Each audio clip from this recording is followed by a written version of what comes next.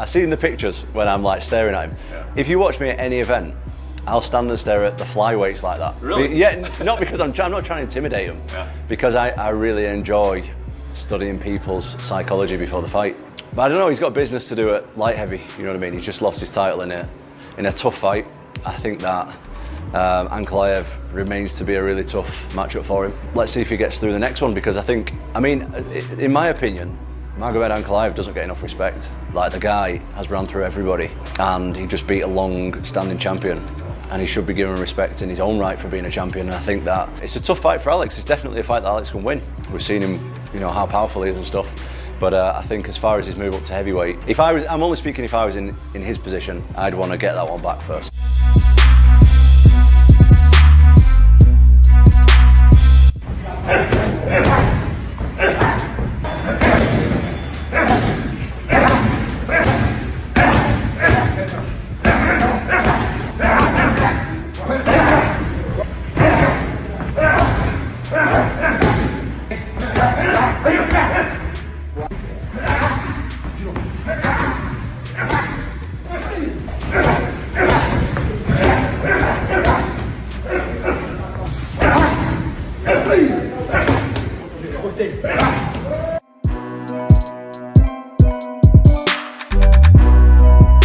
2011, they brought us all together for this picture.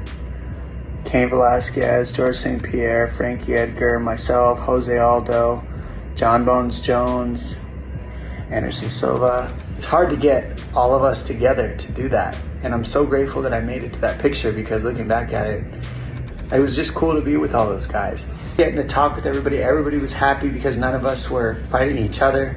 I'll tell you one quick story. My favorite story of it all was Anderson Silva brought Steven Seagal with him. And the entire time, Steven Seagal was sitting like this with his arms on his gut, with his yellow glasses, his yellow shooting glasses. And I came up and I'm like, oh my God, you're Steven Seagal. And he said, yes. And he wouldn't say another word. And it was just so awkward to have him there, because he was also telling stories about how he taught Anderson Silva the kick that got him into that picture. All of us in one group hanging out, it was pretty epic. Grateful I got to be with all these people. What an experience. And you know, the fans make it all possible so that we can do this. So thank you guys too. Love you.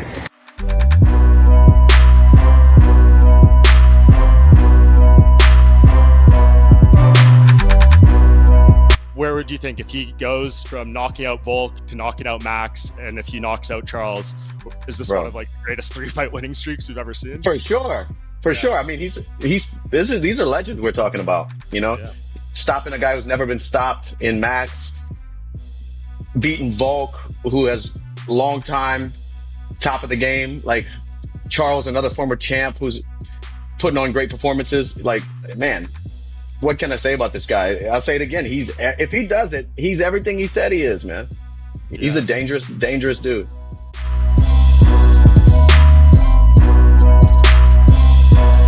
People just don't think it's cool, but when you understand grappling, like, it's amazing to watch. Yes. You know, like a Marab, for example, who's obviously a guy that I watch a ton. It's amazing. Yeah. Like, he does such a good job with like the little nuancy things in wrestling that's just like, but it's hard to appreciate unless you really understand it. Well, it's hard to judge too, which is a real problem, because there's judges that don't train and never have trained, which is, to me, crazy. I know. That's like judging a Chinese spelling bee and you don't speak Chinese. Like, who knows who's winning here? I know it. They don't understand it. They understand when someone's on top. Oh, he's on top. I know. But you know, there's so many like near submission attempts that I think should count. Like I always go to the Oliveira Arman Sarukian fight, because I think Oliveira won that fight, because Oliveira came close to finishing him twice, and Sarukian stayed on top and he had a lot of control, and it was a very close fight. But I think those fucking moments where a guy is like at 9, you know, if 10 is checkmate, he's at 9 twice. That's big, man. Yeah. That you don't want to be there. That guy got you there. He's got a fucking locked in triangle. Yeah, you got out of it, but still, that's big, man. That should count. And damage leading up to a KO or that doesn't lead to a KO is very significant in the scorecards. But a submission that doesn't lead up to a submission doesn't count. And I don't understand that. You can't just count damage. You have to count like near falls or near subs.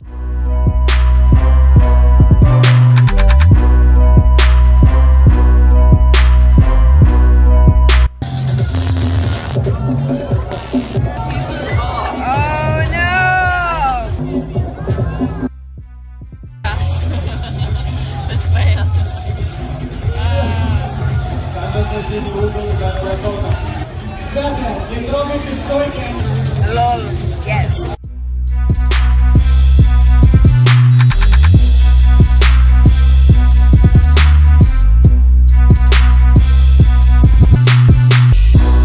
Reacting to the incident, Ivan said, "The idea of diving from the ring into the pool was not the most successful one. I'll upload the full chronology of the events a bit later."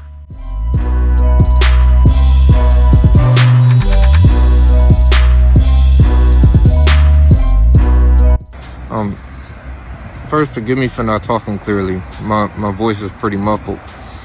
But I really want to shift my focus to helping out the new generation of fighters and helping out people who kind of want to get involved in the sport. I got a lot of knowledge, and I've been involved in the sport for 15 years now. So even if my body can't do it, I still want to pass on the knowledge and still help the sport grow more. So actually the first place to start is with the diet. A lot of you know I took this last fight on a month's notice. And was my first fight at 155 pounds in 5 years. I was pretty nervous about making the weight, but I think I did it in the best way that I did throughout my whole career. I called my guy, Tyler Benton, right away.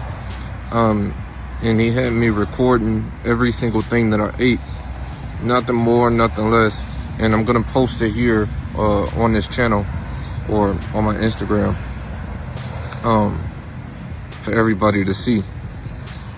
A little while ago, somebody wanted me to open up like one of those paid features, like school or something like that.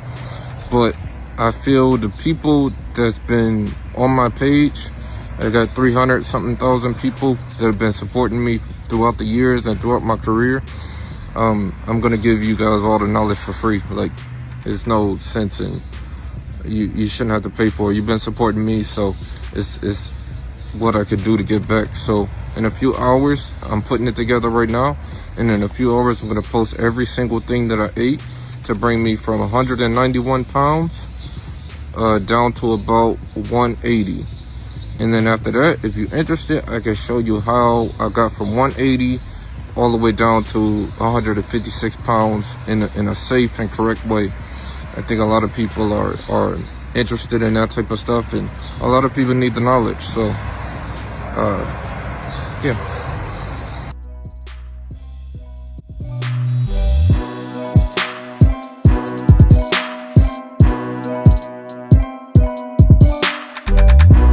You cannot be considered the greatest of all time if you have PED infractions, yeah, and if you don't fight the top guys.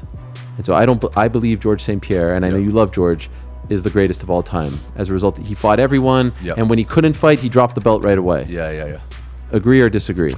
GSP is my greatest of all time. It goes without saying. Like, he has done everything. Like, say, two division champion. Also relinquished both of his losses. 0 PED stuff. And I think I'm not getting at John here. I'm getting at anyone who's failed a PED test. If you're, so this is my view on PEDs personally.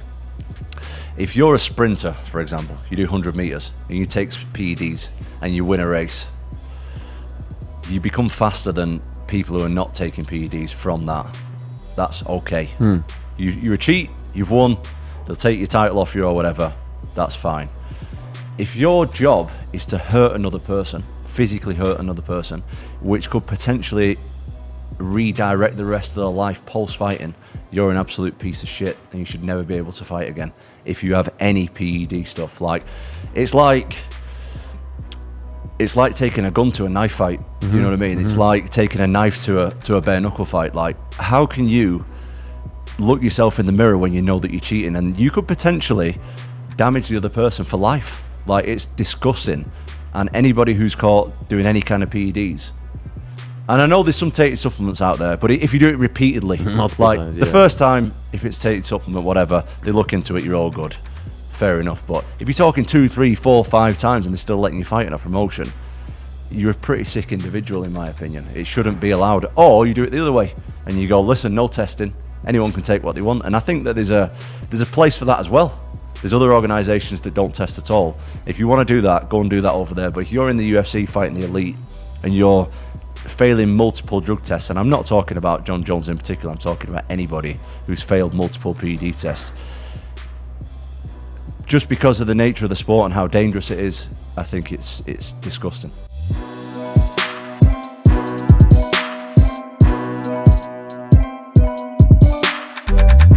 The fight was done. We had the fight done a long time ago. So why he decided not to fight, you guys will have to ask him that. Is it accurate that there's a lot of reports about figures he was offered? Is it fair to say he was offered a lot of money to take this fight? Yeah. Listen, he was offered what he deserves for that fight. Yeah. In a now deleted tweet, Jon said, if the fight was done, trust me, I would be fighting. Did we start negotiating at one point? Yes, but it was never done. My job at the time was to sit back and be quiet about it, and that's exactly what I did. I was enjoying my life. That should have been obvious to you guys. I was told 1,000 times to just reconsider and just give it more time. That's the truth. I was retired last November and I've been working non-stop. I'm actually working harder now that I'm not fighting, but it's so much fun. No more sweating, just using my personality and giving fans all the love that I can. Sounds like a pretty good gig.